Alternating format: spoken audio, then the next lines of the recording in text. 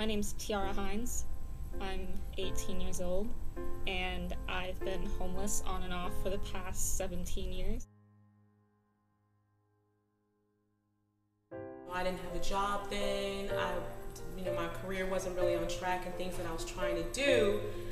I knew what I wanted to do, but then because I was depressed, I just couldn't get focused. Once I went into one shelter, I just kind of felt it became a monopoly. I kept going into them because mentally I had this thing where some of the shelters were comfort for me. Some of the shelters I didn't have to worry about bills, what I was going to eat, and I got attached to that.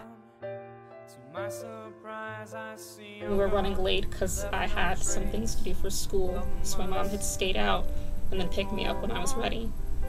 And after the car broke down, she called the shelter to see if they would give her a little extension so we could, get past traffic and get back to the shelter. But unfortunately, rules were rules, so we had to leave.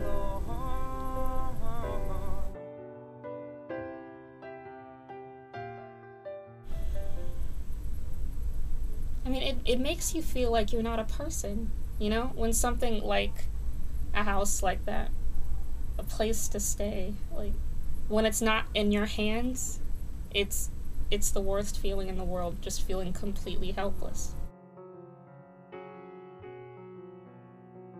Since I was little, I would write, and she saw that I would like to write, so she cultivated that in me, and she did whatever she could to get me into the best schools. When I realized Tiara was writing, because I actually thought her stories were somebody else's stories, and I used to ask her, who are these stories you're writing? And she would say, me. I'm like, no, you're not writing this.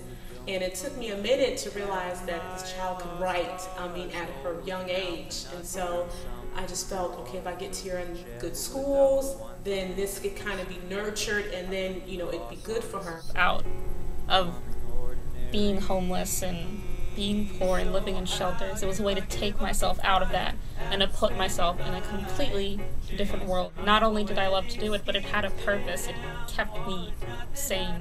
When Tiara started getting her college, because she was stressing everybody out with the applications and everything she had to do, and I kept telling her, Tiara, with everything you've been through and everything you've done, they're going to put your whole package together. I said, these schools would be a fool not to take you, and I kept saying that. I was driving in the car with my mom when I got all of my letters.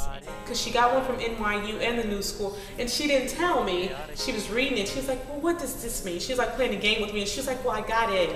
She almost swerved and, got into an accident, which was funny. It shouldn't have been, because we almost got hurt. You don't tell me that when I'm driving. So I was like, I couldn't believe it, because I was like, wow, you really did it.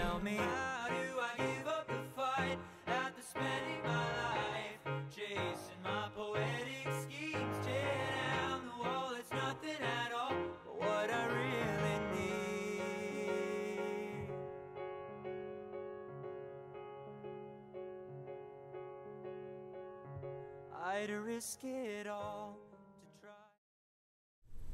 I watch homeless people on the street, or I'll see them in shelters and whatnot, and I just want them to have something like that. I mean, I know it's idealistic. I know that homelessness will never be completely solved, but it seems so simple. It's like a house, some walls, some cabinets, a bathroom, a door, a lock, a window. It's not like we're asking for millions of dollars or something like that. It's so simple. Just hardwood floors and working outlet plugs and a clean apartment.